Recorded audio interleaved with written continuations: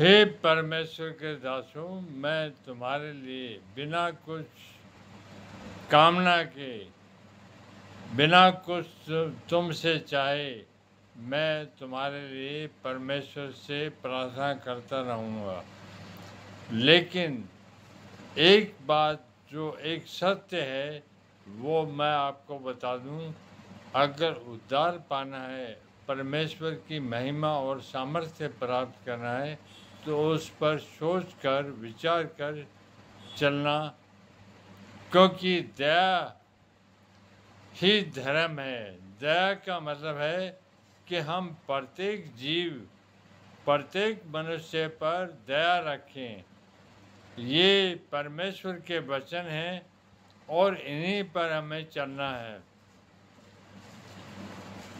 आज मैं इस संदर्भ में आपको बता दूं कि मांस खाना, अगर मैं मांस खाऊंगा तो उसको कोई काट कर बेचेगा।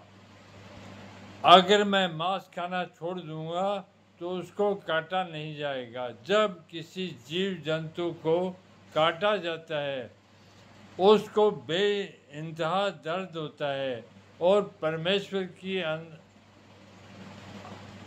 उसके शरीर में जो आत्मा होती है उसका शरीर छिन जाता है। इस कृत्य को, इस कर्म को परमेश्वर नहीं स्वीकार करेगा।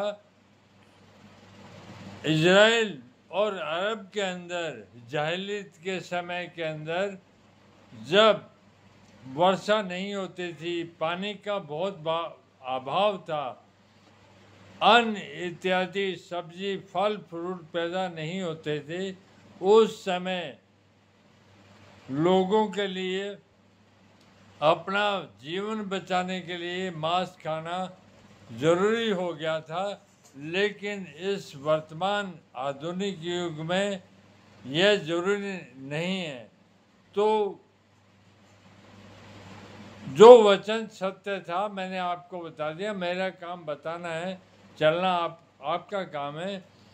परमेश्वर कभी भी उसको पसंद नहीं करेगा और जो ये काम करेगा, जो दूसरों का कटा हुआ मांस खाएगा, वो आगे जन्मों जन्मों तक खुद कटेगा।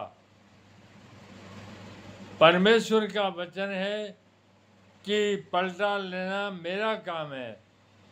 ये वचन है, इसमें कोई तब्दीली नहीं हो सकती।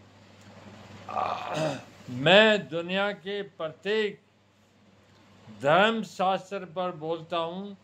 मेरा उद्देश्य प्रत्येक मनुष्य को एक परमात्मा के मार्ग पर ले जाना है। मैं धरती के किसी धर्म की बात नहीं करता। जो जिस जगह प्रार्थना उपासना करना चाहे, सारी जगह पवित्र है, और जिस रीति से वो करना चाहे वो भी सारी एक समान और पवित्र है।